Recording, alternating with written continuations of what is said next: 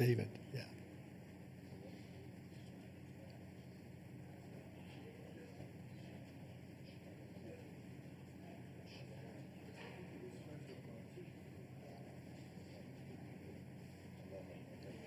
Yeah.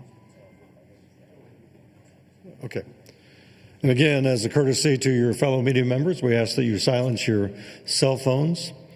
Please provide your name and affiliation, and each time you ask a question during the press conference, if you're joining on Zoom, please use the raise hand function for questions, and we'll take questions in the room first before we go to Zoom. And recording the press conferences on cell phones or cameras is prohibited. We are now joined by Coach Mark Pope, and Coach, we'll ask you to make an opening statement, and then we'll go to questions. Well, just in random twist of fate, I can't believe I get to sit up here with Bill Benner. Bill and I don't know each other that well, but David Benner, his brother, was one of my favorite people in the world. He passed away, but he was the information director here with the Indiana Pacers for a long time. One of the great human beings on the planet, man. I love him, and so we miss him. So thank you, Mark. I'm happy to be here with you. Thank you. We're clearly excited to be here, competing in this incredible venue in this beautiful city in the NCAA tournament, and we're excited about moving forward. Okay, right over here.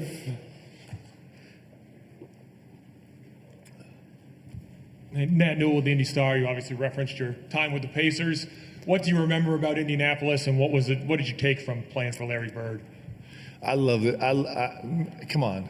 I'm the most blessed human being in the world that I got to be here on those great Indiana Pacers teams in this tremendous city, playing for Larry Bird and Rick Carlisle and the whole crew. And I'll never forget it. It was the Pacers drafted me. It was my first 2 years here until Coach Bird fired me, and it was two of the most fun, incredible years of my entire life. Getting to play with these guys, with Reggie and Jack and Chris and the Davis boys, and I mean, come on, Rick Smits. It just doesn't get any better in epic contests, and in a really tremendous era of basketball. To do that here in Indianapolis is really special to me. This is where I met my wife, and we started our life, and it's a really special city to me. Right here. Serena Raboyne, WHAS 11. I've noticed in the locker room that there's a lot of levity among the players. They're having a lot of fun. And how do you think that translates to their game right now? And as a follow-up, as someone that's been here, won the whole thing, how important is that moving forward? I think joy in the gym is a principle that's really, really important to us. I think we play better when we work hard to find joy in the process, because this can be a grind also. It can be mentally and emotionally taxing and exhausting, and the pressure can be immense. But finding the joy in it, I think, actually helps us perform better. I think it helps us be more focused. I think it helps us be looser. It enables us to be better decision makers. It takes us from our limbic system to our frontal cortex, literally in a real sense, and helps us be decision makers, which is such a crucial part of what we do on the court. And it also is, what's the point? What's the point of all this if you're not building relationships that are going to last forever, and if you're not enjoying every moment? If you can't be here in this city in the Sweet 16 with this group of guys, if you can't enjoy that, then you need to find another thing to do. So I love that the guys are enjoying, and I love that they're taking in every single moment. They came here for a reason. They're very focused on that reason, but their love of each other showing through is actually a strength for us. Right over here. Coach, Akeem Glaspie with the Indy Star. I understand your rivalry or your kind of series with Indiana University is being renewed starting next season. What does that rivalry mean to college basketball, and is that something you guys will look to make permanent moving forward? I am, Deb, am I allowed to talk about this? I assume I am, yeah? Yep. So I have such beautiful memories of Kentucky, Indiana in the RCA Dome. And looking up in the arena and seeing the aisleway where it was split, where it was all blue-white all the way across the arena on one side and all red and white on the other side of the stadium. And I love everything about it. I think these rivalries are really special in college basketball. I think that this rivalry has incredible history. I think it's great for college basketball. There's nothing about it that's not great. I'm really excited about it. Right back here. Mark, Daryl Bird with Cats Paws in Lexington. You guys played Tennessee twice, beat them twice. Kind of big view. What advantages do you see for the team that won both of those games this year? And flip side, what the advantages might be for the team that lost both of those games heading into this? Well, if we really parse details, there's certainly maybe the emotional advantage of winning two that you feel like you can. And there's the strategic side of coming in 0-2, kind of consider like you might have a better idea of if you're going to make changes, a better idea of how and why. But I think that's like the 0.1%. I think mostly this is a freestanding game. This is a great Tennessee team. It's one of the top teams in the country. It's the best defensive team in the country. They're one of the best offensive teams in the country. Rick Barnes is if not the best, one of the best coaches in all of college basketball right now, and he's one of the people that I really, really admire. I admire him because he puts together great teams every year, and I admire him because everything I know about him, he's a way better man than he is a basketball coach. And when you're one of the best basketball coaches, that's saying a lot about him. I think he lives his life by a moral code and a moral compass. And I think he sets an incredible example for the rest of us in the profession. I think he sets a great example for everybody. And so I don't know what advantage comes from it. I just know it's two great teams that are playing together in the Sweet 16, trying to get to the Elite Eight, and that's exactly what you expect at this point in the tournament, and we can't wait to get to it. Right here. Hey, Mark. Eric Olson with the Associated Press. First time since '85 that there's been no mid-majors. It's pretty much all power conference teams. What's kind of your thoughts, if you could, on just the future, going forward with NIL and revenue sharing? Are the little guys going to be able to win a few games in here like maybe they once were able to? Yes. I think the answer is yes. We had number one seeds that were one missed shot, one made shot away from going down. So there's been all the drama. I expect that will continue because the reason is because there are so many talented players. There are so many incredibly talented players, and there's so many incredibly talented coaches, and so I think this tournament is one of the great things in all of sports, and I think it's because it's a pure meritocracy once you start playing. Once you start playing, it doesn't matter what your budget is. It doesn't matter if you came in on a bus or flew in on a plane. It doesn't matter if have 17 different uniforms or if you only have one. It doesn't matter if you got holes in your shoes or you got your 75th new pair, right? You just get on the court and battle it out. And there's so many talented players, so many talented coaches. I think this incredible event is only going to get better and better and better. Right here. Coach, good afternoon. Jonathan Gregg, Spectrum News, Kentucky. Every venue is different when you're playing in the tournament. You were at Fiserv in Milwaukee, built for basketball, built for the Bucks. You're here at Lucas Oil. What's it like practicing and then eventually playing here in this building? I think it's a great building. One of my coaches, Alvin Brooks, loves this building like nowhere else on the planet because he hoisted a trophy here. I think it's a really special venue. What's interesting is a lot of times, in the older stadiums, you would walk in and it would be really, really, really light. And so you kind of got caught up in the background. In our first experience in here this morning, the background kind of fades away. So it feels a lot more intimate maybe than it is. I think it's an incredible venue. I think it's a special place and we can't wait to play. Right here in front, Rick. Yeah, Mark, Rick Bozich, WDRB in Louisville. Have you done anything here since you've been to Indianapolis to make it fun, make it joyful for your players, unusual. And when you played for Coach Patino, did he do that with you guys? Ooh. I remember, now my memory might be a little bit skewed, but I remember we went on we toured Italy. We did a foreign tour with Coach Patino, and I remember like just an insane amount of time in the gym. And I do remember at one point we finished practice. He threw us in a bus, and we were so exhausted. I think most of us fell asleep. But at one point, I do recall that we were driving around the Coliseum on our way back to the gym to work out again. So, I mean, I love that man so much. I love him. Now we just got in. We got in late last night and got. We're up early for practice today. The one thing that's great about our team is, it was just fun sitting listening to them at breakfast. I'm not going to tell you what the whole team was debating about. There was a very serious debate about which concerts were appropriate to attend and which weren't as a team.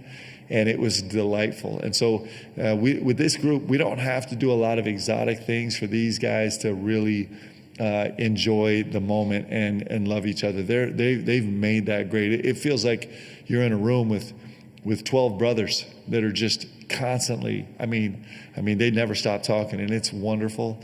We have talked about, we're pursuing maybe some options to get out of the hotel a little bit this afternoon, just because it's a little bit of a longer, we were early in the morning, so it'll be a little longer day, but these guys are pretty fresh all the time.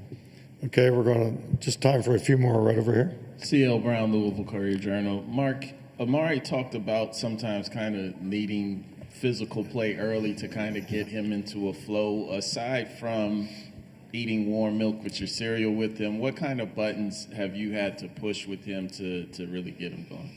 Yeah, so one, this whole Weetabix thing has been super fun, man. The videos that we're getting sent to us are really, really special and sweet and delightful. Just BBN coming through in major fashion. With Amari, I'll tell you who I think is the most important guy to him is Brandon Garrison. It's pretty fun. So, our rhythm is the rest of the team goes out early and BG and Amari stay back in the locker room for a minute because they're getting on the court a second later when we're doing warm-ups. And those two get each other hyped. They haven't got to the point where they're getting super physical with each other to kind of awaken him, but maybe we'll start on that. But BG is really important to him. Those two have developed an incredible relationship, and then just focusing on the things we do. Those are the things that we'll spend time with Amari on. Is kind of talking about a first hit, a first rebound, talking about being really, really aggressive downhill to 2 feet early on in the game. He's been so incredibly good for us. I mean, he really is a generational guy right now in his own unique niche in the game. He's been really special. We've got time for 3 more right here. Dennis Dodd, CBS Sports. Mark, Kentucky's the standard for basketball in this league, but you've been away a few years. I'm sure you've followed the league, followed Kentucky. What's happened to the SEC this year to the point they've gotten all these teams in? Well, I couldn't give you a really insightful answer on that because I just haven't been here, like you said. But I do think this is, it's pretty great. I mean, it's the first time the league's ever had 14 teams in. It's the first time a league's ever had 7 teams in the Sweet 16. It just has been a magical, brutal, beautiful year in the SEC. And, we'll still see how that pans out as we move forward. But you want to be in the most competitive league, and there's no doubt. I mean, it's really remarkable what this league has been, and it's been a blessing to all of us, and it's been painful for all of us too, and that's what you want. It's really good. Right here. Hey, Mark, John Huang, NOLA Media. You've emphasized all year the importance of the players kind of keeping an even keel, not getting too high, not getting too low, keeping their emotions in check. How do you feel like they've done? And along the same lines, there have been some coaches, Rick Pitino included, who have advocated for eliminating the post-game handshake line. I didn't know if you had any strong feelings one way or the other about that. I do, and it's because I'm a terrible sport. I advocate that we shut down the handshake line when I lose, and that we do it when I win. It's just I'm a bad loser, guys. I'm trying so hard. I got a whole psychology team that's trying to help me do it better. Hopefully, we don't do it a lot. I think that I think we all have moments where we feel like, why are we doing this? And those are probably not our best moments. At the end of the day, I do think that athletics, I hope that athletics is about more. It can be deadly serious about winning, which it is. Like, we're deadly serious about winning. And it can also be more. And the more part, you think the deadly winning part is exhausting and taxing. It is, because it takes every ounce of everything that you are as a human being, because you're competing against guys that are giving every ounce of everything, sacrificing everything that they have to win. And so sometimes to ask for more seems impossible.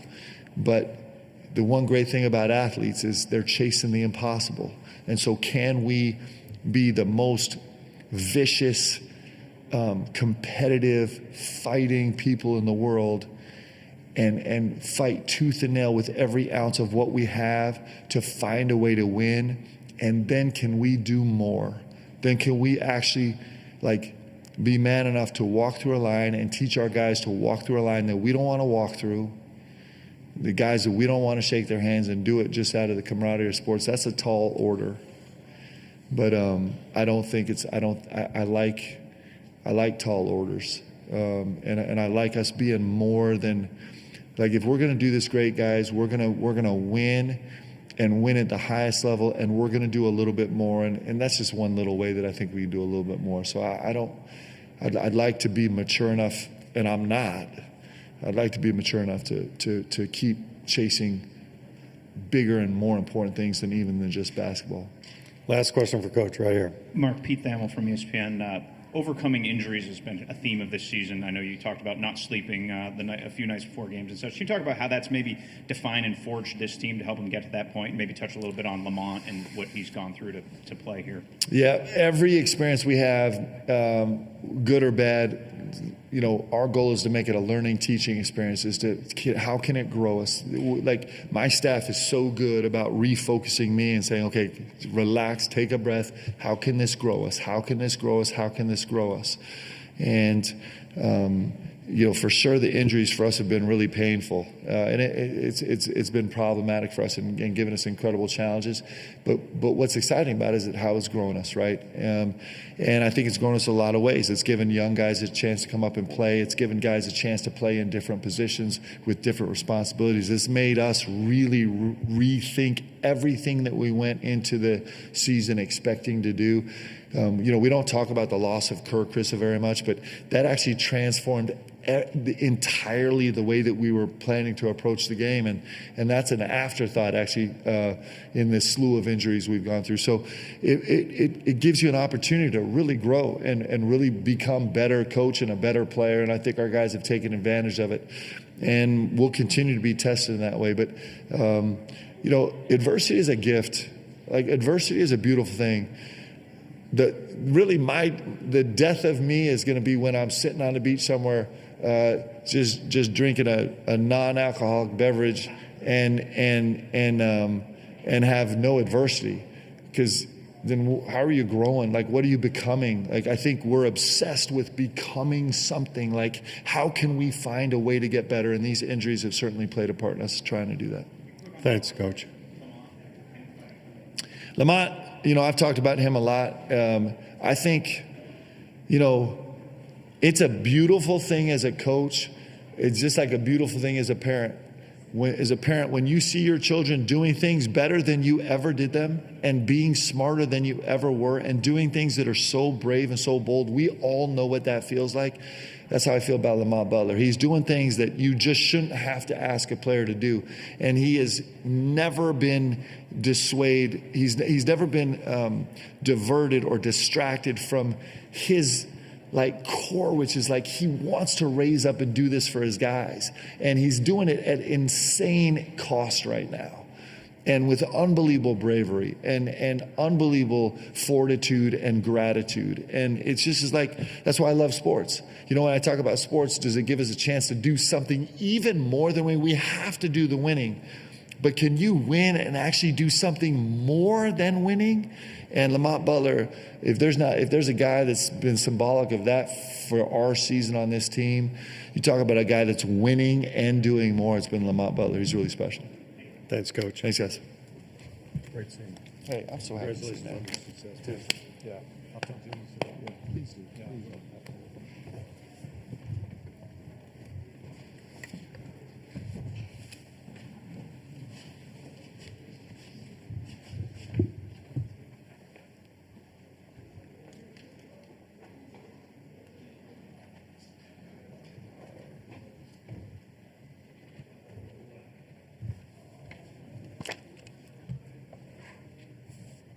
We need one here. Yeah. Well, here, take mine. You want that word?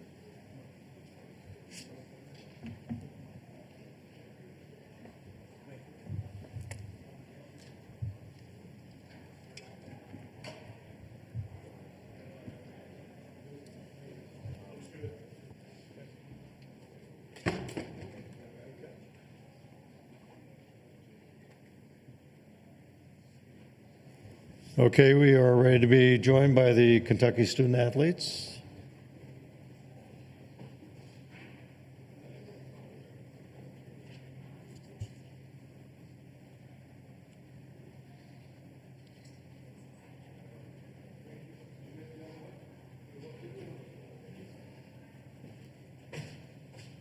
And we would ask that you please direct your question to a specific student athlete, please. Over here.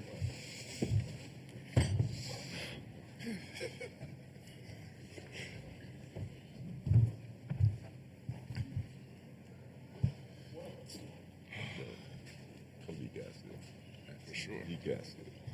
How you doing, man? Excuse my tardiness. That's all right. Okay, we are ready to go. Please raise your hand. We'll get a mic to you. Right here. Right there. Yeah.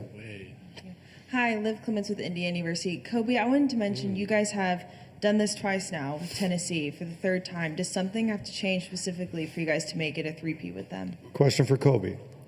Honestly, I don't think we have to do anything different. I think we got to do the same thing that we've been doing against every team, just continue to be ourselves. And, you know, we trust each other on the court. We know what we're capable of doing. And, you know, Tennessee's obviously a really good opponent, so we got to give them their respect. And, you know, we're coming into this game with the same mentality that we came into the first two. Question right here. Yeah, Daryl Burr with Cats Paws and Lexington. For Lamont, and if any others want to chime in, that's fine. You guys are at this stage getting to get ready to play in a game you've dreamed about your whole lives. I'm wondering, as a team, how often do you guys think of Jackson and Kerr who aren't able to participate in this right now? Question for Lamont.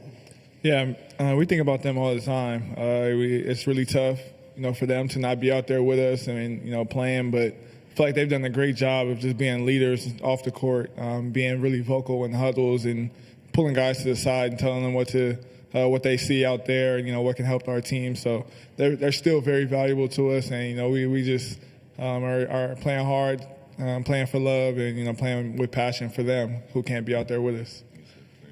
Question right here. Adam Oppenheim, Indiana Media School. This is for Kobe. Tennessee has been one of the top defenses in the year, but you guys were really successful against them in both games, shooting 50% from three. What made your offense so successful, and how do you look to take that into the third match? Question for Kobe. Yeah, I think the coaches, they do a really good job of just scouting, you know, the way that they guard. And, you know, they've been a really good defensive team, but I feel like we've seen their defense a couple times this year, teams that kind of do similar things. And so we kind of just, you know, do what we do every game and just scout them and work on the things that they're good at and how we're able to, you know, use that against them. So I'm sure that they'll probably try to change things up a little bit since, you know, the first two times it didn't work out too well. But, you know, we're going to continue to do what we do. We work on every type of defense guarding us, so just got to continue to do us. Back here in the corner. Aaron Gershon, Catspaws and Lexington. Andrew, I know you didn't play much in the first two matchups against them, but Milicic was the one guy that really hit a bunch of threes for them. What's kind of the key to slowing him down this time around, and what did you guys learn when you guys went back and watched the film from his success against you guys? Andrew. Yeah, he's a great player, and so certainly he shot the ball really well from three against us, and especially the first matchup. He wasn't shooting a great percentage, and we've kind of changed how we scout a little bit and changed how we attack the game, and we're not giving anybody any dare shots. We're making other teams feel uncomfortable. I think that's helped our defense improve these last couple of months, and so for that being said, just being able to have presence on the ball, make sure he's not comfortable, especially when he's trying to step out and shoot some threes, which he had a lot of success against us in the past. Right here. This one's for Ortega. Obviously, your brother plays in the NFL, and you have a chance to play at Lucas Oil Stadium. Just what does that mean to you to kind of have bragging rights over him? I understand he hasn't had a chance to play here yet, and just what's your relationship like with him, just helping you get to this moment? Ortega? It's a cool feeling playing in the stadium. I've never played in a football stadium before, so definitely just want to win. Say I won in a football stadium that you haven't played in, so that'd be cool. But, it just means a lot, knowing that he's got to the highest level. And, I'm trying to get there. So, just with the gems and, the advice that he's given me so far, it's been a lot for me. And it's definitely got me all the way here. So, I'm just thankful that he's in that position. And, he's going to be here tomorrow. So he's definitely going to be able to cheer me on. Right here in the For Andrew, you guys have the confidence of having won twice already. What do you think the mindset is for Tennessee? What advantage might they have, even though they haven't won that game heading into, especially on this kind of a stage? Andrew?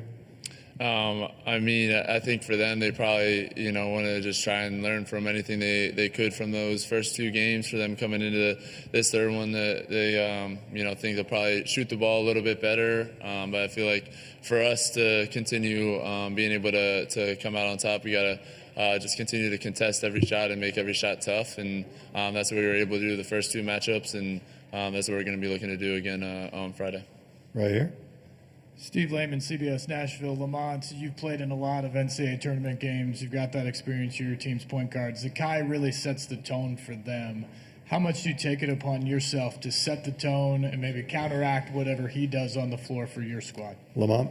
Yeah, he's a really good player, really good point guard, one of the best point guards in the country. He defensive player of the year in our league and first team. So we know that we got to go out there and really just play hard. I think it's going to be a great matchup, for me. But it's a team effort. It's a team effort, not just one person, guarding somebody. We're going to be connected on defense, and we got one of the best coaches. So I think we're going to be ready to go and win that game.